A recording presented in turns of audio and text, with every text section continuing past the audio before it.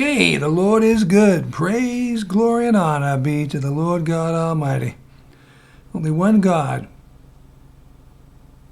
the God of the Bible, and one mediator between God and man, and that is the man Jesus the Christ, Jesus of Nazareth, Jesus of Galilee, the only one that has been exalted by God, who is the mediator. He is the high priest. He is the chief apostle. He's been given authority to execute judgment. He was the only one worthy to open the book that God had in his hand in the book of Revelation. And he is the only one that was pre-existent. He was immortal. He was an immortal being, and that's why his sacrifice produced eternal life. The life of the flesh is in the blood, and I've given it to you upon the altar to make atonement for your soul. That's what it says in the Old Testament. So he gave the blood of the animals on the altar to make atonement, but their blood was not eternal blood. But the person of Jesus was eternal. The spirit of the eternal Son of God, who came into the body that God prepared, he was an immortal being.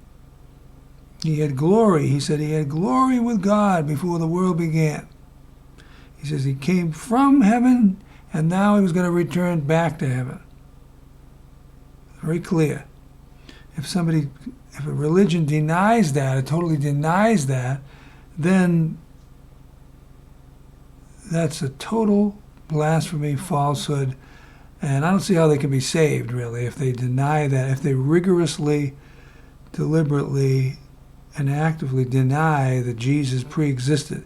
Then I don't see how they can be saved, really. Well, I could go on, but here we are at part 5 on the false doctrine of Paul. Well, no, actually, initially I named it the false doctrine of Paul in Acts, but I changed it so I could read the files on the computer easier. And plus, it was we learned that it was not just Paul; it was the apostles that counseled Paul. This is going to be more focused on Paul. This one, this will be if I can get through all the material I have, then it will be the last one. But I may not. I may not be able to. It's really called the false doctrine in Acts, the book of Acts. Starting out, I want to read Deuteronomy 28, verses 15 and 16. And it shall be, if you will not listen to the voice of the Lord your God, to observe and to do all his commandments and his statutes, which I command you today, all these curses shall come on you and overtake you. You shall be cursed in the city and cursed in the field. And it goes on. It goes on for a long time, saying that you're going to be cursed in many different ways, and wherever you are, you'll be cursed. And so we see that if you don't keep the commandments of God, there's a curse. But people would say, yeah, but it says in the New Testament that Christ has redeemed us from the curse of the law. And so then they say, so we don't have to keep any commandments. See, they listen to Paul. But that can't be true. That can't be true. So, in other words, what they're trying to say is that you can, when they say that, is that, you can break all the commandments, keep no commandments, and then just say, I believe in Jesus, and it's all right. In other words, you have a license to sin, and there's no judgment, and so you're free to sin. As long as you believe in Jesus, you're free to sin, because the curse of the law was not keeping the commandments. If you kept the commandments, then there was a blessing. Then there's a whole chapter, or I'm not sure how much it is, of saying the same type of talk in this section, about how if you keep the commandments, then you'll be blessed. You'll be blessed in the city. You'll be blessed in the field, and on and on and on. So just try to get a hold of that. They're saying that if you believe in Jesus, if he redeemed us from the curse, that means that we don't have to keep any commandments. We can break all the commandments.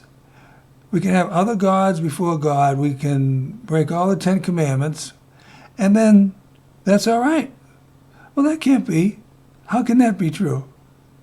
That would be a different God. That's a different God. So Paul really had a different God than the God of the Bible. Well, I should say than the God of the Old Testament. The Old Testament says there's a fountain opened up for sin and uncleanness. It's either in Zechariah, I think it's in Zechariah. I'm just guessing. But that's what it says. So that is what the atonement of Christ is for. Granted, we need it. Everybody ends up needing the atonement. But there's a limit to how much you can test God. The atonement is not going to cover everybody. So somebody can be a murderer, and then as long as they believe in Jesus, then they are going to go to the paradise of God. I'm going to say go to heaven, but I don't believe anybody is in heaven. I mean, and I've gone over this a lot in my messages, and nobody has gone to heaven. Nobody. It even says in the book of Acts, and I just said this, recently, that, even Peter said, no man has ascended to heaven. David has not ascended to heaven, or whoever he was talking about. I think it was David, but David is questionable about the different things he did. And I found out that when I was reading all the different writings of the kings, that David practiced. Well, they claim that David did this, but I don't even know if I can even believe it. That he practiced human sacrifice. There were people. There was another race, another nation, another group of people who said, we don't like Saul because Saul came and killed us or whatever. He conquered us and he murdered a lot of us. So we want you to give us 7 people. We're going to hang them and make atonement for Saul. Well, that's not David. That was not David. David wouldn't even kill Saul. Well, that wasn't the commandment. The commandment was to not make the children. That was given in the law of Moses, in the books of Moses, that the children were not going to be guilty for the sins of the fathers. Well, they disregarded that all through the different kings and so forth. They didn't even read the book. A lot of all these kings that were that came into power during all the historical accounts in the Old Testament. So David, it says, handed over 7 descendants, 7 children of Saul to this nation, this king or whoever, and they hung him. And one of the mothers or something was really upset, supposedly, and she went there. Now, I just don't see how that could be. But because that's worse than anything, I think, than anything that David did. That's worse. That's like 7 murders, basically. He was guilty of, 7 direct murders, and I don't see how, if that's true, how he could even be saved, really. I mean, there's a commandment. It says, "You shall not kill." right? Well, they totally, so many people in the Old Testament, they totally disregarded that commandment. I did an audio message of that, private message. I did one message so far. I just haven't got around to it. I did it a few months ago, and I wanted to do the rest, and I didn't do them because there's a lot of information in there. There's a lot of cases of where they totally would kill the descendants. They would make the children guilty of the sins of the fathers, because it literally says in the books of Moses that the children will not be have to pay for the sins of the fathers, and the fathers will not have to pay for the sins of the children. But this people, are corrupt, and they just disregard the writings of God given to Moses. They totally don't do it. So I have a big problem with that, and there's a lot of cases I'm going to go over sooner or later, and make a document, make a record, an audio record of that. And but it stayed with me now, and I still have a big problem with what he did, which is far worse, I think, than the killing of it's seven murders rather than just Uriah the Hittite. The wife of Bathsheba, there was 7 people who were not even, guilty of anything. They were just children of King Saul. It's like if your father was a murderer, then they're going to say, well, you're a son of him, and we're going to kill you because of that. Well, that's just totally not true. That's not right. It's not right. It's just simply not right. And like I say, there's a lot of cases of it, and so I have at least 2 more messages that I could put together on that. So anyway, let's move on to the next verse here. All right, this is in the King James, Acts 24:14. But this I confess to you. This is Paul talking, okay? I believe he was standing before the governor, Festus,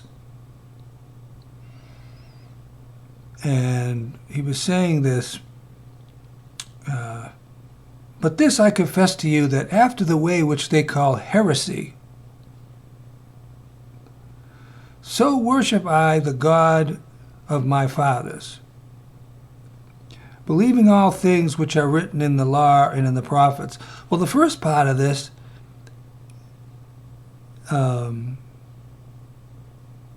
seems to be written in a way that is saying that he is worshiping God according to heresy, but this is just the way the language went. But that's what the language in this King James says. I'm going to give you some other versions of this, which are not totally true either, but there is one that's good. Because he's saying, I confess to you that the way which they're calling heresy, I am doing it. That's the way I'm worshiping God. But then there's a comma, He's saying that after the way which they call heresy, so I do that. I do it.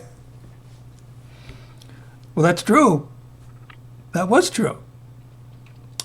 See, what I'm going to show you is he keeps denying that he was saying anything against the Jewish religion. He was lying, and then he was lying, and then he was lying, and then he was, guess what? Lying again. He just lied, that's all. Pure and simple. Then it's comma, and then it says, believing all the things which are written in the law and the prophets. No, he did not believe everything written, because the law and the prophets, I just read to you that if you did not keep the commandments of God, then you were cursed. He did not believe that was to be applied to people anymore because of Jesus. because Jesus died, so now he didn't need to keep anything. He says this over and over and over and over. He was free at last to do whatever he wanted. I want to define the word heresy. Heresy is a doctrine that is opposite or in extreme conflict. I wrote it myself using other definitions. Or in extreme conflict with Bible doctrine teaching. Okay?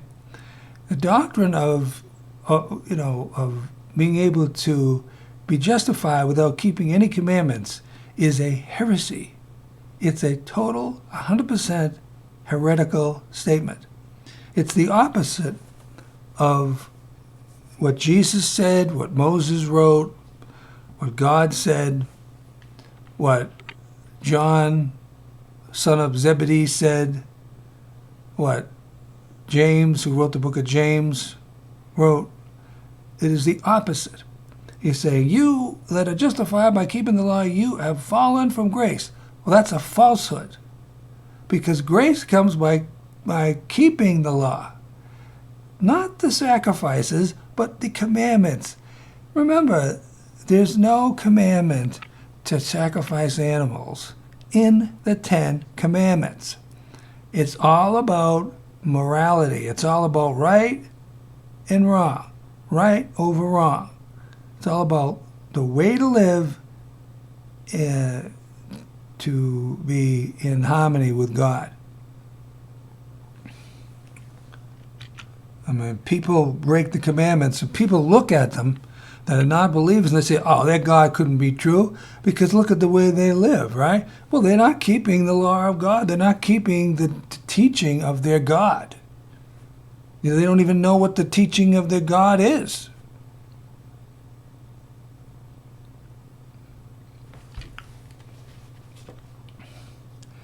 Here's the NIV of that same verse. However, I admit that I worship the God of our ancestors as a follower of the way, which they call a sect. So notice how they switched the word heresy and they put the word sect in there. That's not right. Heresy is not a sect. Sect is just a denomination. That's what a sect is. It's a denomination, a religious denomination. And so there's a big difference between the two, because what Paul was preaching was heresy. It wasn't just a sect. You see? And then this is not even right. The follower of the way. It's a terrible statement. It's just no good. Then it says, I believe everything. And then again, at least they have the lie in there. This is the lie again. I believe everything that is in accordance with the law. No, he did not. And that is written in the prophets. No, he didn't believe everything that was in accordance with the law, because he said the law was dead. He said the law had ended. He intimated that God died, because when somebody dies, then the law is no longer in effect. He said it was over. We weren't responsible for it. So he was lying. We have all his words in writing. We have all his teachings in Galatians and in Romans.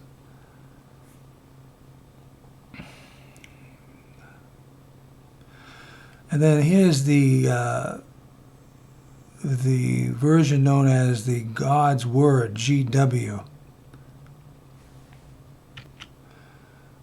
But I'll admit to you that I'm a follower of the way of Christ. Now, the word Christ was not in the Greek. The only source I know of that tells you what the Greek says is the Strong's Concordance.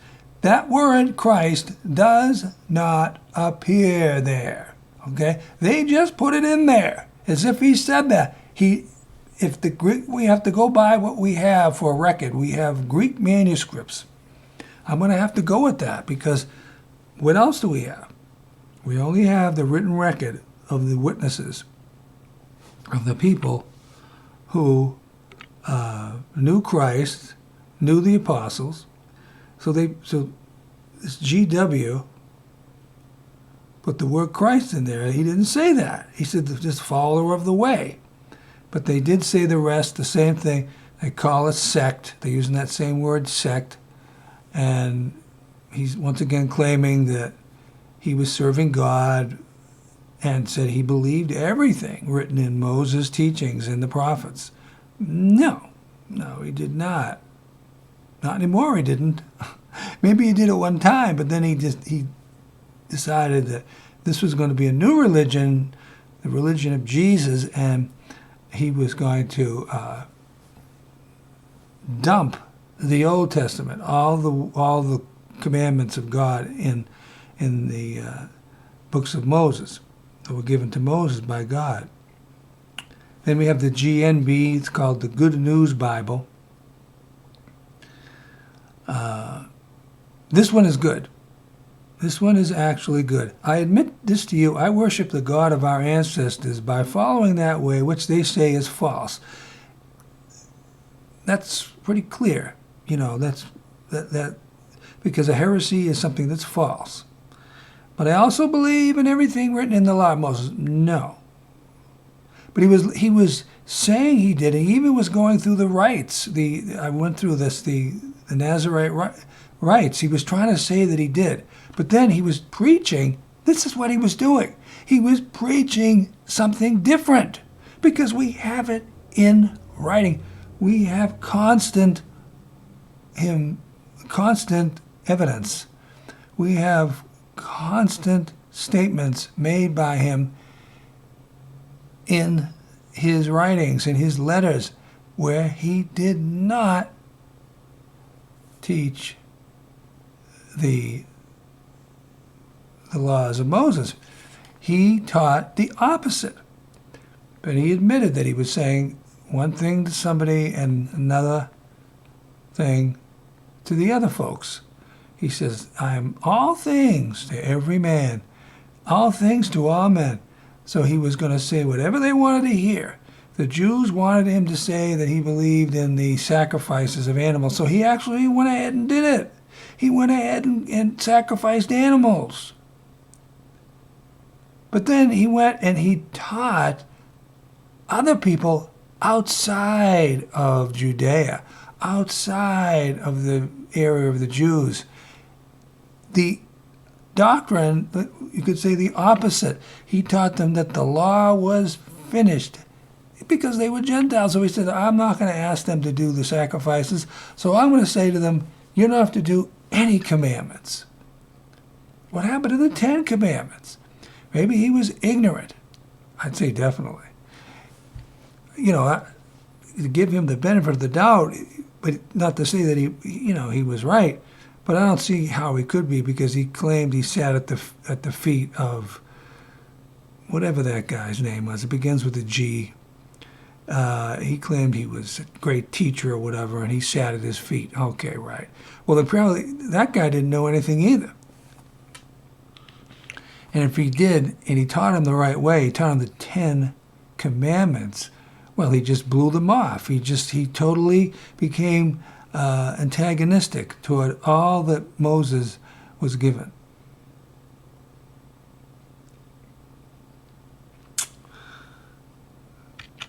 Okay, next, I took this large passage, and what I did is, and I do this if I post something online sometimes, on Facebook or whatever, and I take the King James, and then I put it in modern language. So it's really my own version, which, it's very good. Just simply, I didn't change any of the meanings, but I just put it in modern vernacular. And so here it is, Acts 24:17 through 21. Because if you read the King James, it's like, it's so annoying with the old words, and the old way of phrasing things. It's just so ineffective. But yet, I always consult it because, it has many good things at times. I mean, it is true, but you just can't understand it sometimes. But if you were to analyze it, keep rereading it, compare it with other versions, you see, well, that it is true. But the problem is you can't get it by just reading it once. You have to look at it and say, well, what is it saying here? What is that word? Why is this like this? Why did he say this like this? Oh, I see now. Yeah, take you a half hour to figure out one verse. Maybe not a half hour, but it's aggravating. Okay, verse 17. Now, after many years, this is Paul talking. Now, after many years, I came to bring money to my nation and offerings. See, he was off. He went off for years, and he was preaching to all these people. And that's why they grabbed him, because they knew what he was preaching to all these people, that he was preaching against the law. He was preaching against the commandments. Well, we have it in writing anyway.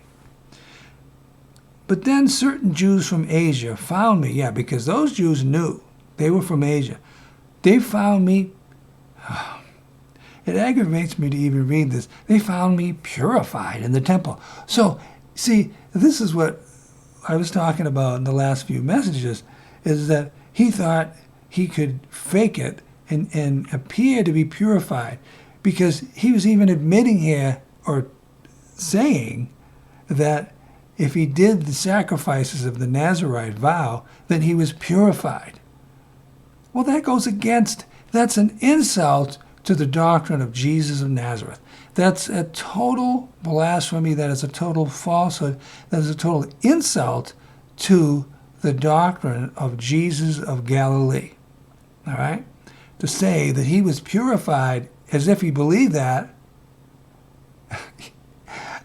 he was talking out of both sides of his mouth, like a lot of politicians do. So he's claiming, well, they found me purified in the temple, but he didn't even believe he was being purified. I don't know what he believed. They found me purified, neither with a multitude or with a loud disturbance. So they didn't make a big loud disturbance. Who should have been here before you to object. He was standing before the governor of somewhere. I'm not even sure if it even says what he was the governor of the land, wherever they were in Israel. Because it was Felix, and then it doesn't even tell you why suddenly, it just says that he replaced him, I guess, Festus. Well, Festus replaced Felix. Felix was the governor, and then Festus was suddenly the governor. And they didn't say, well, he was killed, or he retired, or he was voted out of office, or he was whatever. It just says suddenly Festus was the governor. But he was the governor of whatever.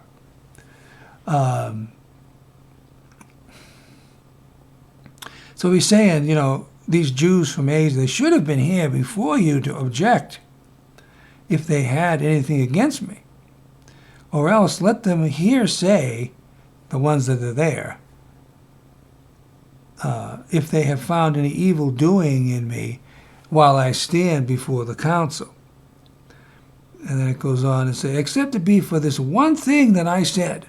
The King James says, this one voice. And so you assume that it means there's somebody's testimony, some voice of somebody. But what all the other versions say, and they're right, is that it's saying, when they're saying one voice, he's saying, one thing I said. And that's totally not modern vernacular. That's totally not modern language. But except to be for this one thing that I said, standing with them. And then he lies again. He says, about the resurrection of the dead, I am called to answer about today. So then he was trying to say, it's just because I believe in the resurrection of the dead. That's why they're after me. That's why they don't like me. That's why they hate me. No, they hated you because you spoke against the law and said you did not need, Christians did not need at all to keep any of the commandments of the Holy One of Israel, the God of Moses. That's why they were after him, but he lied. He kept lying about it. He kept saying, oh, they don't like my resurrection doctrine. You know, that's aggravating.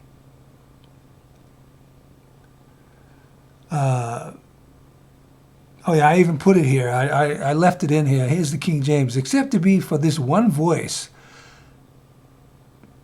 And they're saying, what voice? What voice are you talking about? You know? Oh, he's talking about his voice. He said, that I cried. So he's saying his one voice, you know, that's just not right. That I cried standing among them. And that's not good English. That's bad English. One thing I said, one statement I made, not one voice. And see, people read that and they say, what are you talking about? I don't know what you're talking about. Touching the resurrection of the dead, I am called and questioned by you this day. See, so he's just trying to make that the issue. You know, make that an issue. That way they say, oh, well, then you're all right then. Because, you know, everybody believes in that. I think I'll finish on this last verse. I have probably another message. It might be short, but I'm not going to go another 15, 20 minutes with it. So I just put one more translation here, the GW, and it says, they could only accuse me of only one thing. And so we tried to make it about that one thing. It says, as I stood among them, I shouted, I'm being tried in front of you because I believe that the dead will come back to life. But we know that the reason why they were trying him, they were charging him, and they were attacking him, and they were saying he was preaching falsehood is because he was preaching against the law. Even though he was still practicing the law, was a total hypocrite. 100%. That's the epitome of hypocrisy. The literal definition of a hypocrite is to say that you're against the law and then go out and then do the law and have them sacrifice animals in your behalf, on your behalf, and then say that to other people that the law is finished. It's gone. It's dead. It's no more. You don't even think about it. You know, that's just a mind-boggling, two-faced person.